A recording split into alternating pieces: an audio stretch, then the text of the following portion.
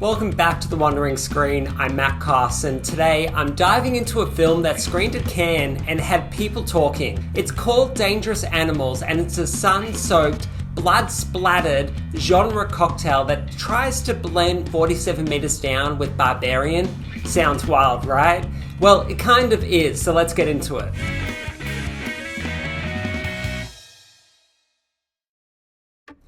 The film is set on Australia's Gold Coast, an area that might not be instantly familiar to international audiences, but for those in the know, it's essentially the Vegas meets Malibu of Queensland. Think high-rise apartments clinging to the coastline, endless cafes, perfect surf, white sandy beaches, and a sense of touristy gloss. You can spend a week there partying or just soaking up the sun, and it's a location primed for escapism, and Dangerous Animals uses it well. Our lead is Zephyr, played by Hassie Harrison, a nomadic surfer living out of her van, stealing bread rolls and the occasional ice cream whilst drinking a Slurpee. It's a vibe.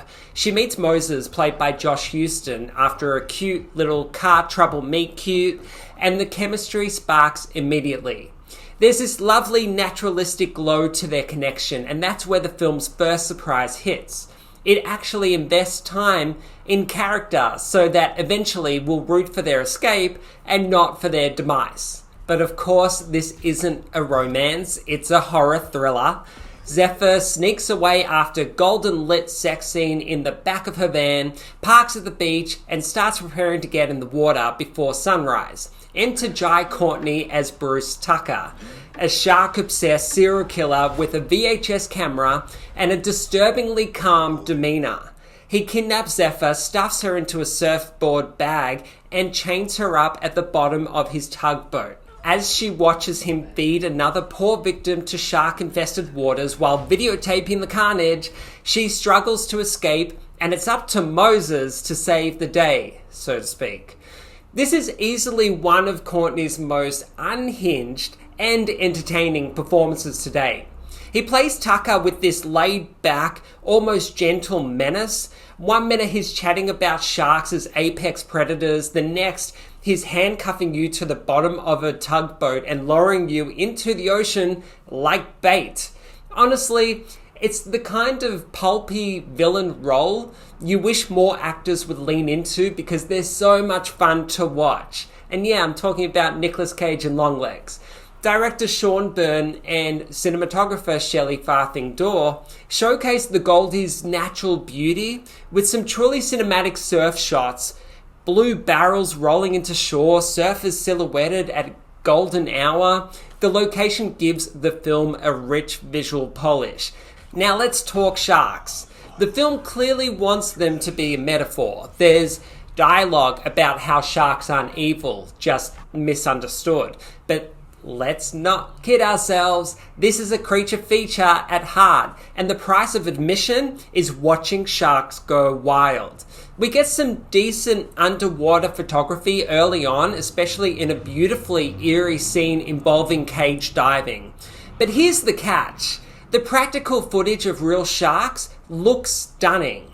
The VFX ones, not so much. There's a bit of a tonal whiplash when you jump between them. The horror here comes in two flavors: psychological suspense and slasher gore. For the first two acts, the film balances both quite well. There's a palpable sense of dread, especially when Zephyr wakes up restrained in Tucker's floating lair. The production design leans into analog creepiness, cassette tapes, shark memorabilia, nautical themes, and this eerie sense that Tucker has done this many, many times before.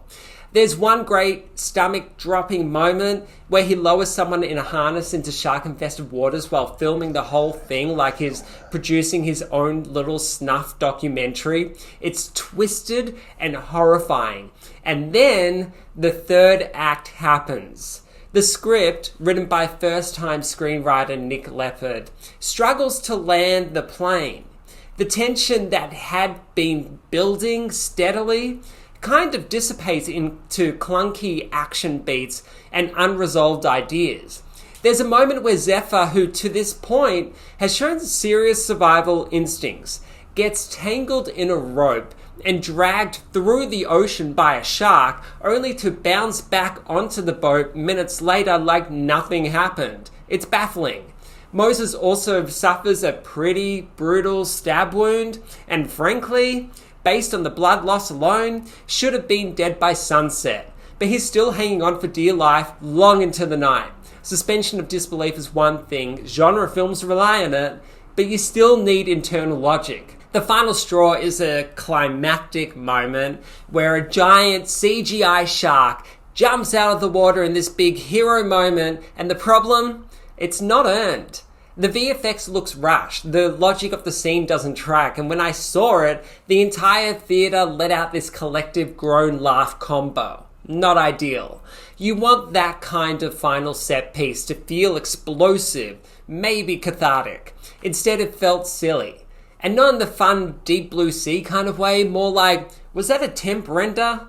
And it's frustrating because there's real craftsmanship here. The underwater scenes, when they lean practical, are stunning. There's a respect for the ocean that underlines the whole movie.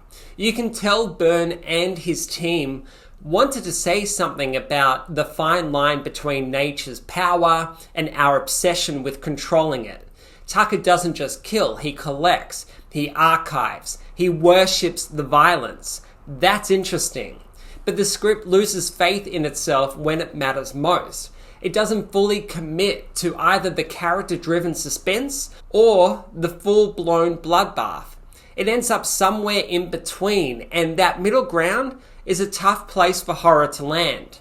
Still, Dangerous Animals has its charms. Harrison and Heuston are genuinely compelling.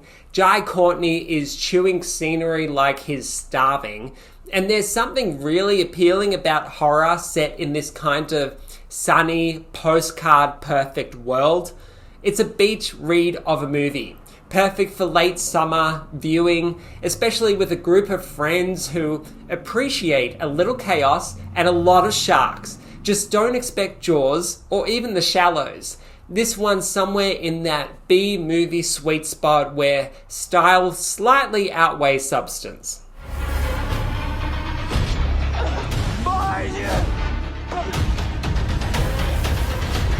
You and me, we fend for ourselves.